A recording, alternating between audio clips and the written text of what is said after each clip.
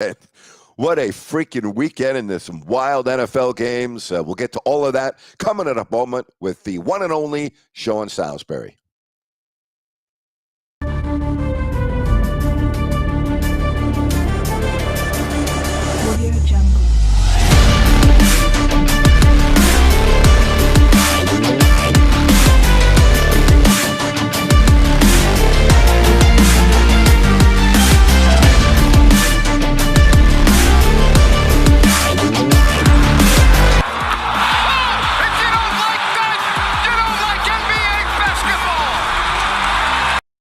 So we'll talk some football right now, and then after Sean, we'll talk Kings basketball with Rhino in Sacktown. But Sean, how are you, buddy? I'm doing good, man. Good to be with you. Yeah, I'm reeling reeling in a good way, just like baffling some of the things that go on in college and NFL football. It was incredible again. I don't know when the last time I saw a game like the Vikings and Bills end like that. Incredible. Unbelievable. I don't even know where to start in that game. I don't know if you start with the 4th and 18. I don't know if you start with the horrible no review in overtime with a ball by Davis that was clearly not caught. I thought you made a phenomenal point on social media about how so many quarterbacks now are in the gun all the time. Taking a snap from under center isn't like it was in 5th grade. But I'm going to leave you with my impression. If I'm a Buffalo Bills fan, how can I trust Josh Allen right now in a big spot based on how poorly he's played in the last 3 weeks with his decision-making? Yeah, Grant, I'm baffled by this. I know the injury. Don't misunderstand me, but the elbow shouldn't affect the vision, right? Maybe it does. Maybe you're skewed. I know that times when physically you're not feeling well, you speed things up in your mind because you feel like you're behind and all of a sudden it goes, or vice versa, that if mentally things aren't going well, physically you do stuff. They go hand in hand. I get that. One time or two. Now, you know how I feel about this guy. I've said there's a handful of guys in Jefferson who played the same game. You want to talk about alien talent. I mean, just a friggin' freak show, right? Yep. I'm watching Josh Allen. This is three weeks, 3 in the last 4 weeks. I think 7 picks in the last 3 weeks or 4 weeks. But in 3 of the last 4 games or the last 3 games, I'm going back a month, but I know the last 2 weeks. And then there was either a week skipped or the same week. His interceptions aren't guy making a diving play or a ball that's tipped or a ball that some guy just makes a play in the end zone and gets tipped up. So, batted ball. I've watched, and I like I said, I'm not dogging him because the guy's a phenomenal player. They wouldn't be there without him, but we can say that about Kansas City, and we can say that about, the way Kirk Cousins is playing in some situations. I'm just baffled by some of his, you know what it looks like? It looks like he's seeing like the jerseys look the same color. Honestly, I mean, it's weird I know that's not the case, but that's the optics you're saying. Dude, well, you got to see that. I've watched him throw, I can count myself, 6 picks in the last 3 times I've watched, 6 of them, that every single, right in the end zone, throws it to a guy. Last night, there's a guy running a dig route that he throws to the window. The normal Josh Allen hits the dig route. I'm talking about on the last pick. And then he throws the post to a guy standing in the end zone right there. And then you throw another in. I mean, the interceptions he's thrown have been so inexplicable. Yeah, they have. And the reason I guess I'm so baffled is because the guy is such a phenomenal player and makes so many plays, but he's made 6 or 7 throws that you're like, if I'm his coach, I'm like, dude, you're a Superman. You dress in a phone booth. What did you see here? I'm talking about that they're so blatant that you're like, something's not right here. So how can I trust them in a big spot in the playoffs now based on what I'm seeing? Because if you're a Buffalo Bills fan, you're going to hope and pray that it's the Josh Allen that 89 or 90% of the other times, everything he does is phenomenal, right? That's what you're going to think, right? You got to hold on to that or you'll go nuts. And like I said, far be it for me, because I think the guy's special. But he has made decisions that the high school, like when you're coaching a high school guy, you say, here's where you can't throw it. The one place the decision you can't make, he's made. So I don't know what's skewing his vision, or if he just has lapses, mental lapses, or visual optics setbacks. I don't know what it is. But something. I'm talking about there's 6 or 7 of the worst throws. Oh. He won't make those decisions in 8 years, and it's happened in a month. I'm talking about decisions. It's not even a bad throw. It's the decisions he's making to throw it to guys that are like, I guarantee you the players are like, he did he really just throw that to me? I know because I've done it. The problem is we got a superstar who's doing it time and time Holy again. shit. Who's a freak show, right? Right. I know what it's like to throw it to a guy that says, dude, do you know I'm not on your team? Like when you're joking around. Josh has done that a lot. It's unnerving, I would imagine, for Buffalo Bills fans. I right now look at the Bills. That game yesterday may have cost them the number 1 seed. They may not even win the division. So the magnitude of his decision making is going to be huge, because we all thought that, okay, if the Bills get the number 1 seed, maybe this finally will be the year they'll break through, they'll win a Super Bowl, and all the curses in Buffalo will be put to rest. Now it looks like, and again, there's a long way to go, and I grant you that, but they may have to be on the road in the playoffs, and that's a big difference. Yeah, no doubt. And how about the 2 teams that played yesterday? Both of them would like to get rid of that Super Bowl problem, right? Yep. Grant, think about Vikings and Buffalo Bills are like, we'd both like to get ours. And while we're looking at, you're right. Listen, I don't care. The people can dog the Miami Dolphins all they want.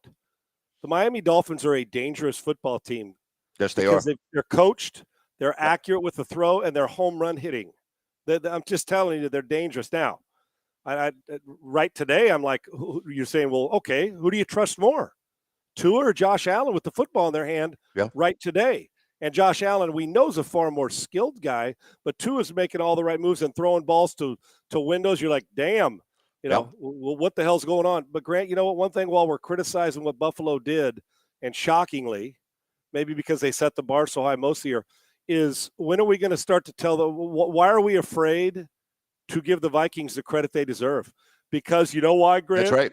Is we've seen Cousins do what Josh Allen's done the last few weeks in these moments. Great point. And now you flip it. Kirk Cousins is playing phenomenal football. Even when he makes a mistake or misses something, he comes back. The drop shot he threw down to the 2-yard line to Jefferson on a sail route, you couldn't walk out there and hand it over the defensive player better. And then Jefferson every time I turn around, the dude's making catches that are just like a highlight reel, like 8 times in a game. So let's start giving – people are waiting for a shoe to fall off for the Vikings, and they keep finding a way to win. Maybe, just maybe, this is their time NFC-wise. I don't know how we argue with 8-1. And Cousins is protecting the ball for the most part and doing smart things, and he made some clutch plays late yesterday. I question a quarterback sneak play calling late. We can question that all we want, but they got buy-in going on with Kevin O'Connell, and Cousins – Cousins made some throws yesterday that you're like, I wonder if he can make that throw in a prime time or a major game. Can he do it? And now people are saying, well, can he do it in January? Well, damn, that team right there is a January team. He made some throws yesterday they needed to have, and they got the big play, and their defense stepped up when necessary. All right, I want to talk about replay. Why have replay if you're not going to be able to implement the system the way it's designed to be used? I'm actually happy that the Vikings won that game, because that's all we would have been talking about today. That was clearly an incomplete catch. The clock stops anyway because you're out of bounds. You got to replay that before the Bills take the snap at the line of scrimmage. You absolutely have to.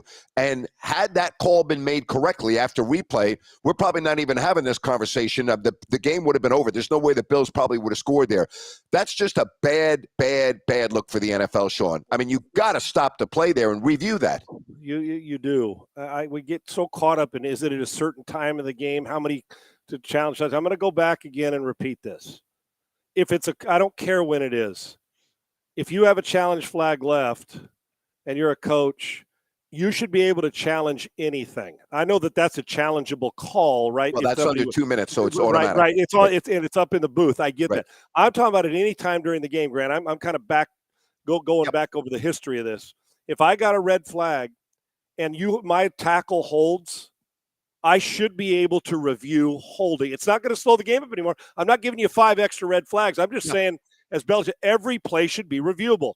And in that situation, game on the line, inside of 2 minutes, it's upstairs' job. How do you I don't care that they hurried to the line. Stop play the second that ball goes, because it's in question, just like you would do for every touchdown. We review them all. Send that thing down, hit a buzzer, say, hold up a second. They don't get to play fast right here. We need to get them to the we got to find out because the ball clearly hit the ground. Yes. And so, yes, if we're going to use it, a replay should be 100% right, or we should be able to use it 100% when necessary. And it failed itself yesterday. For the Vikings, it would have been a horrible way to lose a game, but it happens too often. We got to fix that. Sean, a couple of things. Leadership at the coaching position was on full display yesterday in Vegas with Jeff Saturday. That's number one. I want to also get your thoughts on the post-game press conference by Derek Carr. You know, we always hear there's no loyalty in pro sports. That guy is so loyal to that organization. But based on what he was saying, it doesn't seem like the other 52 guys in the locker room are as loyal as he is. So let's talk about this whole big picture. Let's start with Jeff Saturday. Yeah, first off, Saturday, and I know there's a lot of criticism of Saturday, and you and I both, Jim, I get why the coaching profession was bothered by the hire. I love Bill Cowher, to use him. Bill Cowher went off on this over the weekend. Yes, he did. On Sunday, went off on it, called it a disgrace. Said it was a disgrace to the coaching profession. Right. I understand if it's a slap in the face to the process. But the number one trait a coach must have in any business is number one thing. You better be a great leader. You better inspire, trust, and you better win over the building. I know I can listen, Grant, every coach I know knows X's and O's. I love Bill Cowher. He's a guy I would have wanted to play for, and I played against him and quarterbacked against him, and I love Bill. Still to this day, when we come Super Bowl, I get to see him. I love interviewing him. But in some way, crazy way, isn't it? The thing Bill Cowher is arguing about is the same reason he got $1 million job to be a broadcaster. No experience. Zero experience. He went from broadcasting to a prime job on CBS NFL Today. Yep. Not because he'd prepared and went to school for it. Bill Cowher got the job because he's a great coach and understands football, and they stuck him on the set, and he still got a job all these years later without experience. Now, when people say, well, football is a much bigger, I can tell you this. I know as much football as Josh McDaniels does. I didn't say I coached it as well. I know as much football as he does. Now, to be able to put it to work and get buy-in and all those things are different. I just use Josh as an example. Jeff Saturday knows X's and O's, how to apply it, and how to also delegate to guys who know more about the coaching profession than you is part of leadership. So if you got leadership, so I get what Bill Cowher's saying, but I could say the same thing. I see guys go on TV all the time. Don't teach me squat, got $1 million job and aren't very good at it. And they got that gig for one reason, because they were a good player. Well, their relationships are what it's about. So I think Jeff Saturday did a great job of leading. It's one game. It was on the road against the Raiders, and people are going to diminish it.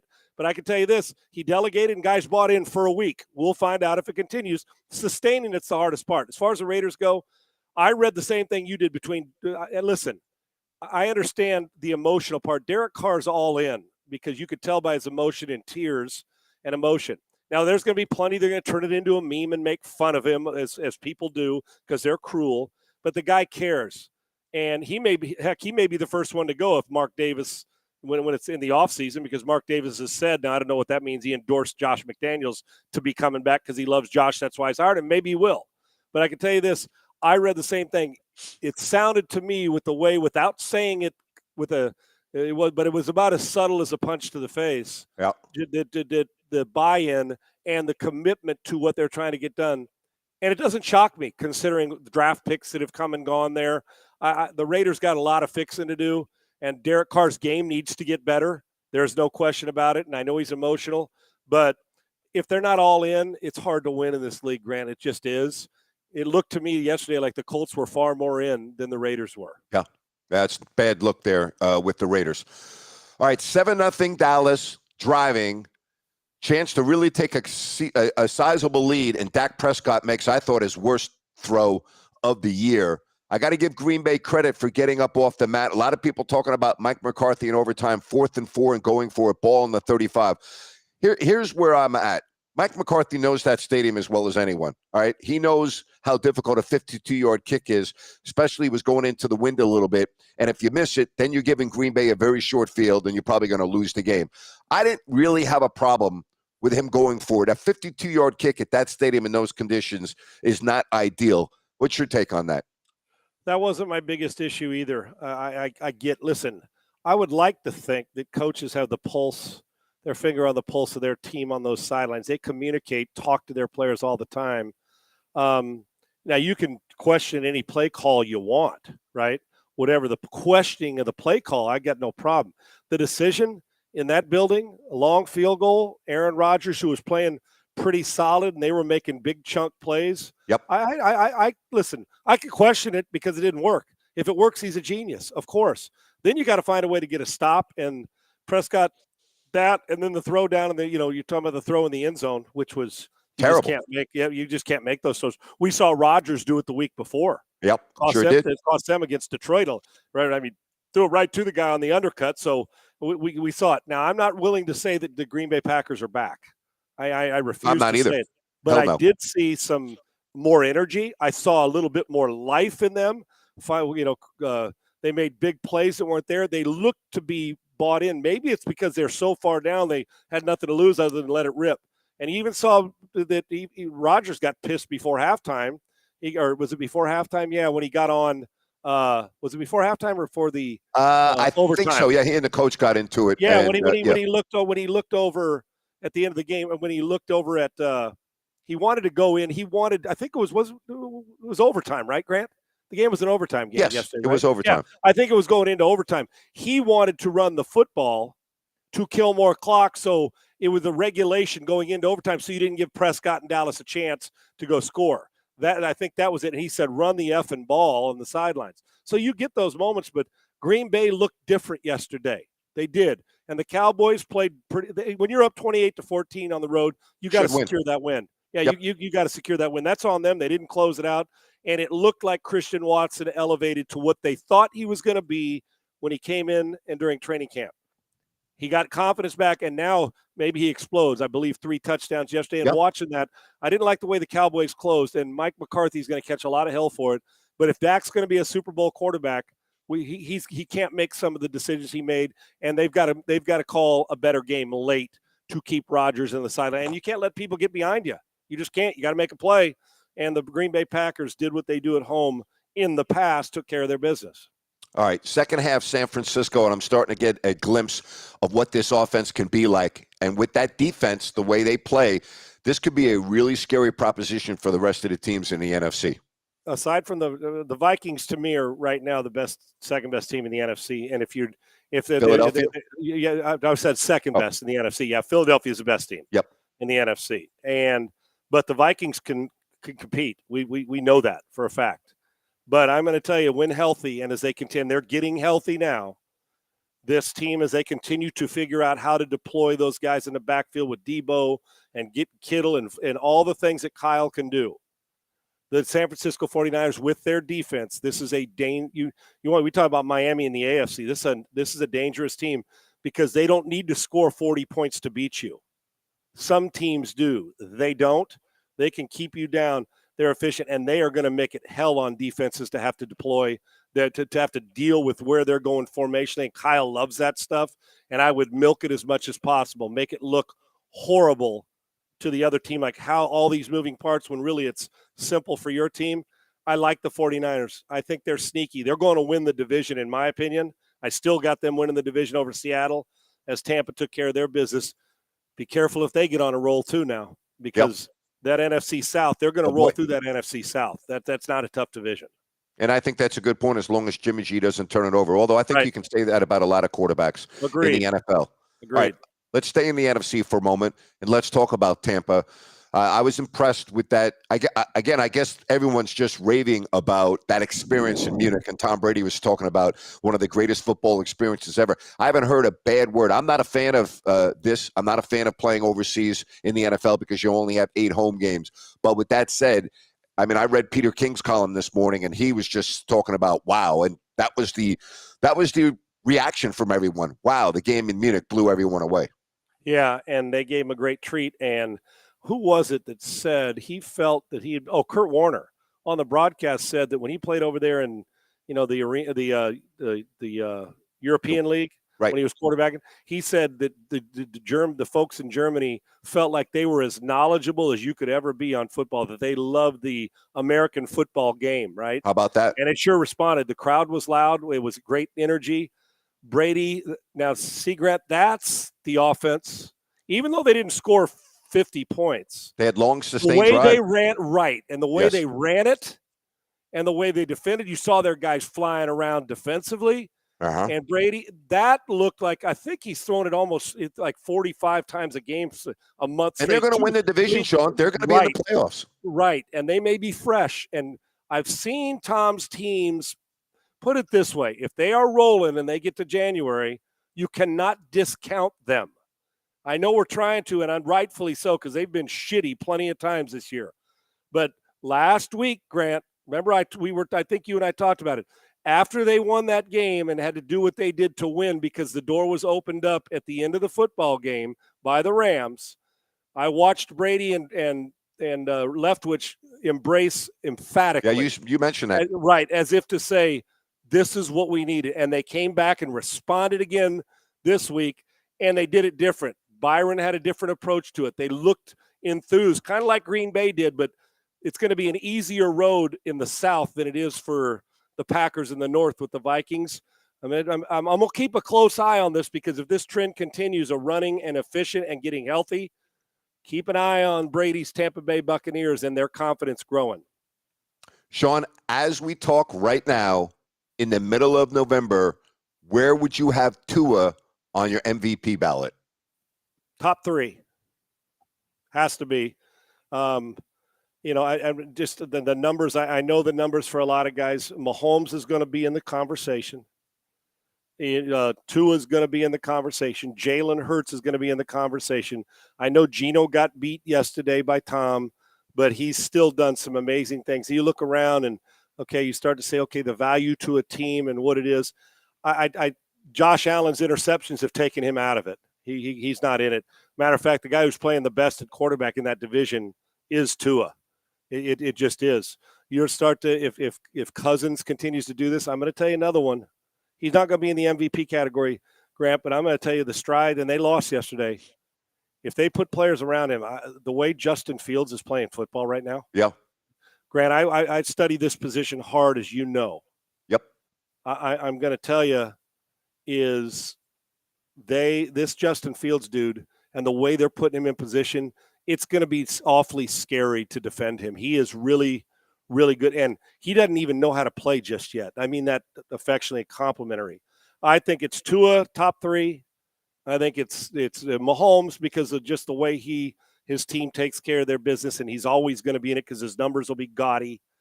And I don't see how you can keep Hurts out of it. And I saw one up here that Hurts will be like Kyler Murray last year, won't last all season. I disagree with that. I think they play different. And I can tell you this, Jalen Hurts is far less skittish in the pocket, running around. He gets through his reads better right now than Kyler Murray does. I trust Jalen Hurts far more as a decision maker. I don't think Hurts is going away.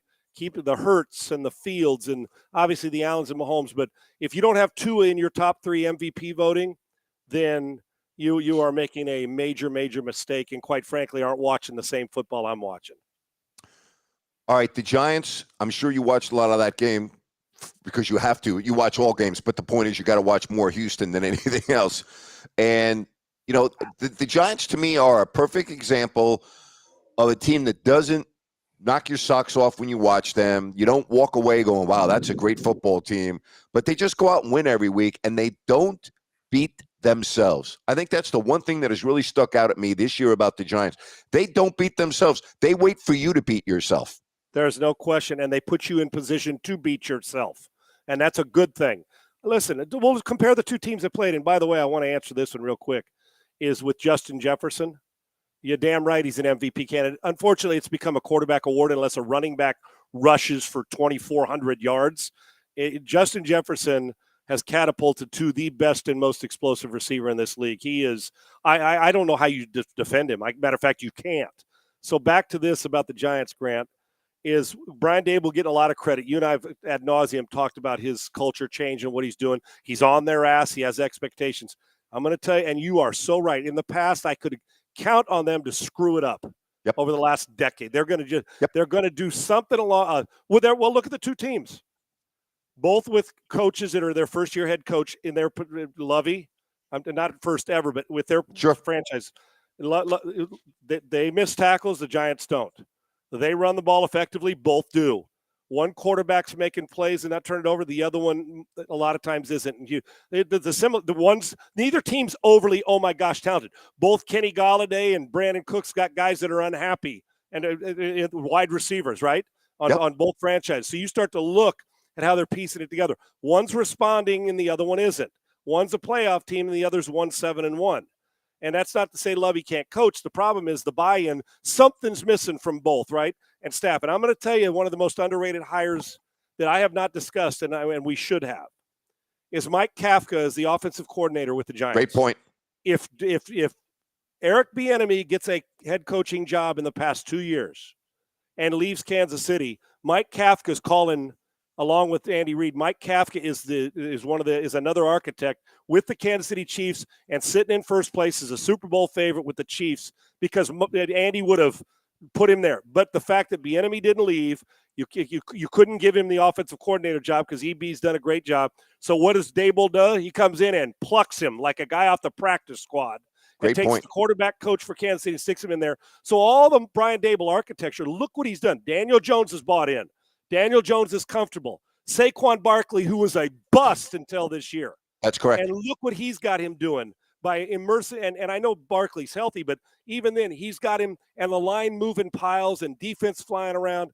Underrated hire.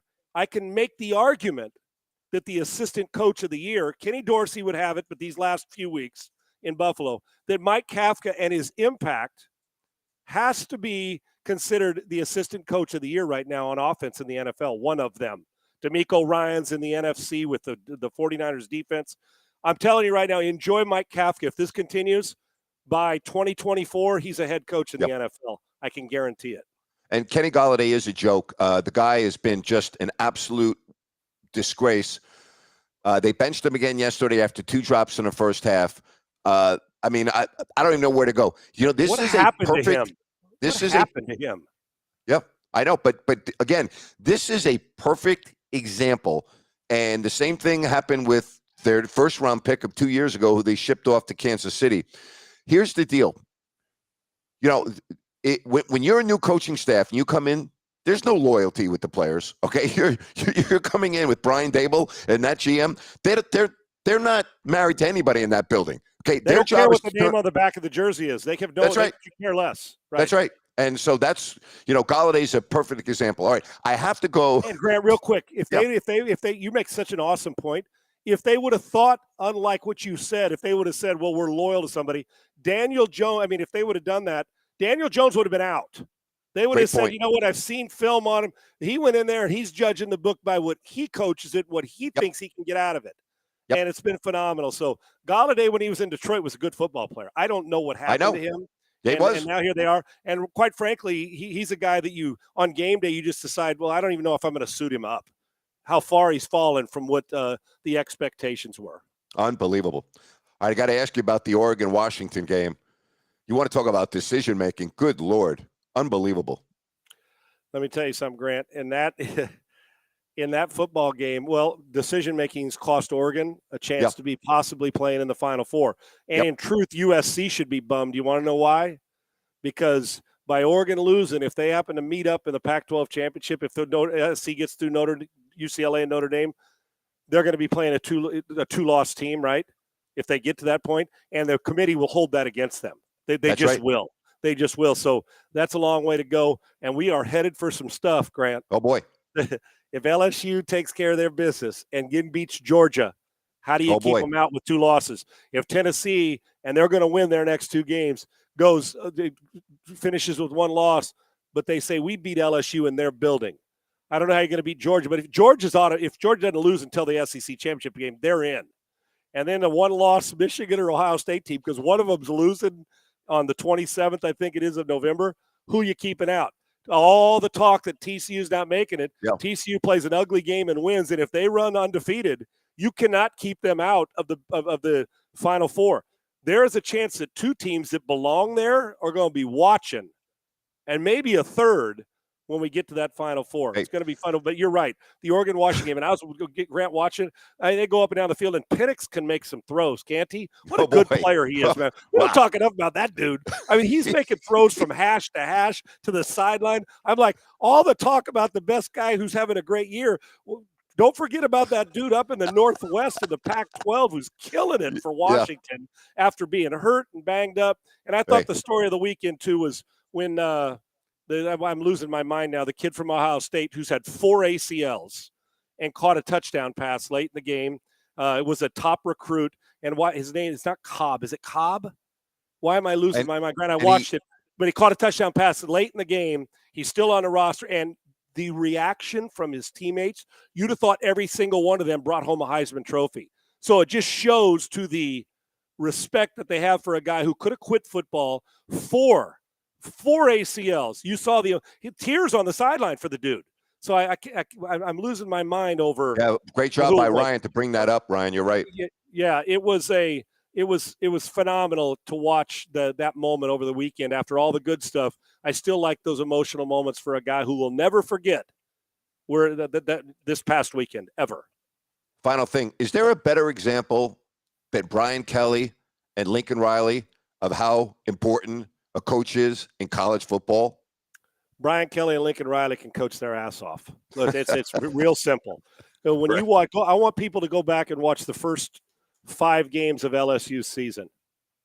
I want you to go and watch, as you're trying to see is Jalen Daniels is trying to, the transfer from Arizona State. I want you to watch the transformation of this football team and how they play and what they're doing on defense and flying around, and watch where they are now. If that's not coaching, then I don't know what is. I've seen guys in that situation. Look at Texas A&M. All the hype, and Jimbo and that team, they've coached themselves into a non-bowl appearance. Did you read what happened to the wide receiver who got benched because he had arm sleeves on? I mean, what the hell is going on in A&M? Give me a break. You better evaluate that, although there's about $85 million sitting on the table. Listen, Jimbo, Guru, and all that, the freshmen aren't showing up and doing the thing that they're supposed to on the field. They got 3 wins. They got beat by Auburn, who's got an interim coach, and Cadillac Williams, and good for him. You give me all the talk you want. I'm about to complete a master's at A&M. I got a kid who went there, so I love A&M. But I can tell you this, there it goes to validate what you said. Look at Brian Kelly, Lincoln Riley, and look at a guy who's been there at his program. And I think now Grant is below 500, or he's somewhere in that, but not below 500. He has the same. His record at this point is worse or right at the same than Kevin Sumlin's was, and he's $100 million. I like Jimbo Fisher, but Jimbo Fisher's contract and his such a highly overrated and an overrated program right now. They got a lot of looking at ego-wise to get through that, because that's a bad football team. All right, and I have to end on this note because he said just win. TCU, in my opinion, will be like Notre Dame in the Final Four. How about those Horned Frogs, man? It could happen, and it could. I mean, I get why they'd say that. And Sonny Dykes has done a great – if you're not considering Sonny Dykes for National Coach of the Year, then something's wrong. And think about the resilience of their quarterback. Got benched right at the beginning of the season, came back, and now Max Duggan's playing, keeping this team alive, even when things don't look good. Quinn Ewers was not good against TCU, but it could be where you go in there and all of a sudden the Alabama or the Georgias and Tennessees or Michigan, Ohio State, curb stomp them. But I know this, you still have to take notice, because that team can score from the locker room, and they may very well be Notre Dame. But you know what? Getting there is half the biggest part. Once you get there, then you got to compete. But I got to give them a lot of credit, because they played their ass off, but they've still got work to do. They got to deal with Baylor.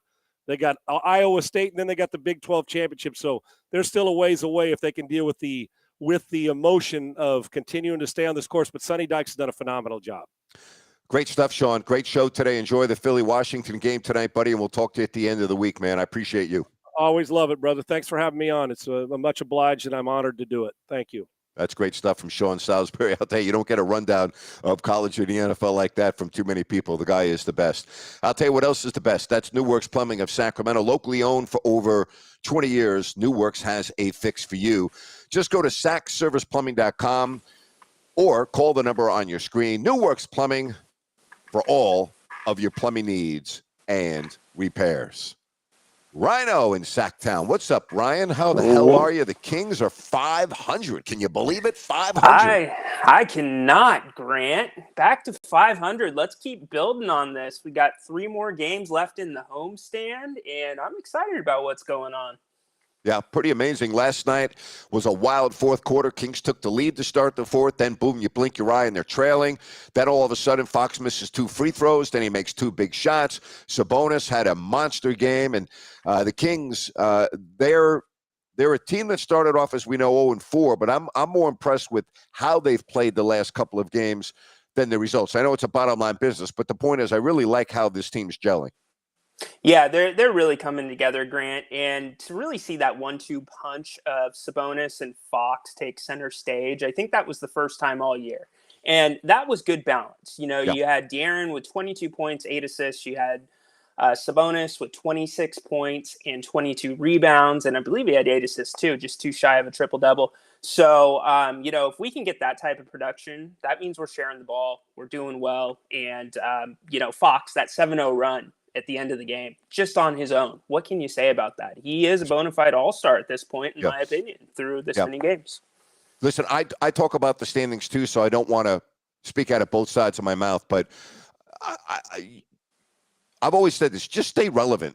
I'm not really concerned about what place you're at right now. Just stay in the hunt. Just be relevant, because the reason why I say that, and I was talking about this on Listen App last night, Ryan, if De'Aaron Fox gets hurt, the bubble's going to burst. This team's not good enough to withstand the absence of De'Aaron Fox over a long period of time. So it's fragile. And that's why, just stay around, hang around. And then once the All-Star break is in the rearview mirror and you have 27 to 30 games or whatever it is for the stretch drive, then that's when you got to look at the standings every single night. But right now, just don't get buried. And that's what the Kings have managed to avoid with this nice resurgence.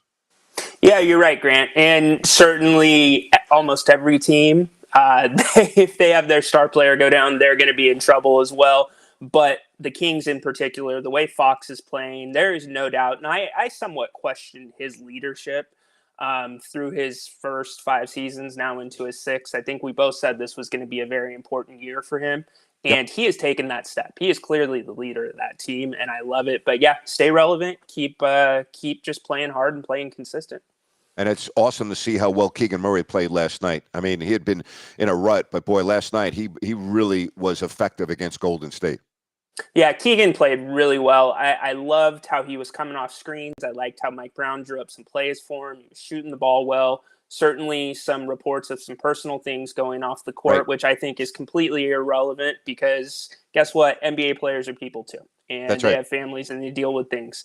So really cool to see him bounce back, and hopefully he can continue maturing during this rookie year.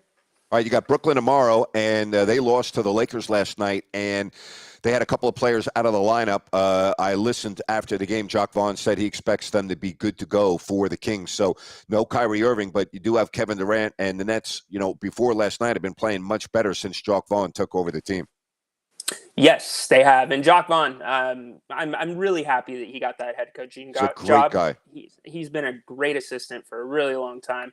But yeah, the Nets have been playing well. Durant's averaging just a pinch over 30 a game. They're coming off that loss against the Lakers. Simmons will be in the lineup, as you mentioned, by all reports. Kyrie still is his day-to-day, so who knows when he's going to come back. But it's going to be a good challenge for the Kings. The Kings shoot just a little bit better on average than the Nets from behind the three-point line. And, we got to make sure to, as Jerry says, love the leather. That's right. As long as we get those turnovers down, I'm tired of seeing turnovers between 14 and 19 per game. We got to get that down to, I would say 12 to 14 max. About 4 years ago, I went to Lawrence, Kansas for the All-Star break because I've always wanted to go watch Kansas basketball, and Scott Pollard invited me. And after the game, we went to a restaurant in Lawrence, and Jacques Vaughn is Scott Pollard's best friend. They were best men in each other's weddings, and they have an incredible friendship. And Jacques was sitting right next to me, and we talked for hours about everything. And I was so impressed with just him as a person. Forget about his basketball acumen. I mean, and so I was really happy to see him get the job too. He didn't have the name, and he was a head coach previously with that team, but Excuse me. it's New York. It's the bright lights. And it's Jock Vaughn. It's not Steve Nash. It's not who was in the headlines, Ime Udoka, who took the Celtics to the finals last year. And then obviously we know what happened. But, it's not that sexy name. But I compare it a little bit, again, just a little bit, to what the Raiders did last year. They didn't have a big name in Rich Bisaccia, but here's what they had. They had a coach that the players played their asses off for and went to the playoffs with and almost beat Cincinnati. But Mark Davis was enamored with the name, so he didn't give Bisaccia a deal, and they went out and hired Josh McDaniels, and look now. So sometimes, the coach that's the best coach for your team is the coach you already have. The Raiders already had Bisaccia. The Nets have already had Vaughn. He's been sitting there on the bench. Sometimes that is your best coach. Absolutely, Grant. But you laid out the picture perfectly. It's more about the money and putting the asses in the seats, right? Because it's not the sexy name. You go out, you get Josh McDaniels, you get a big name coach in those big cities. That's what the owners are thinking. They're thinking this instead of thinking about that locker room. And so, I think that the Raiders would be drastically different this year had they kept the interim coach from last year. Grant, did you see Dante Green was arrested on a robbery charge? I did not, and I hope that's not true. Did you see that? Yeah, absolutely. I did not. No, I hope it is not true either. Wow. All right, so we'll see what happens. We're getting a lot of good messages. Sabonis did have a monster game. Got to do better, I think, from the start, I think is what you're saying. But here's the deal with Sabonis. I got no issues with how he's playing right now. So we'll see. Tomorrow, it's Brooklyn. I'm going to get ready for Listen App, Rhino. I appreciate you. Thank you very much. And good show today, man. Good stuff. Absolutely, Grant. Thank you so much for having me. See you on Listen App. All right, good stuff right there from Ryan in Sacktown. And I will be back on Wednesday with Jerry Reynolds. Another good show right here on YouTube Live. Make it a great day. Getting ready for my next show. So long, everybody. Thank you so much for joining me right here on YouTube.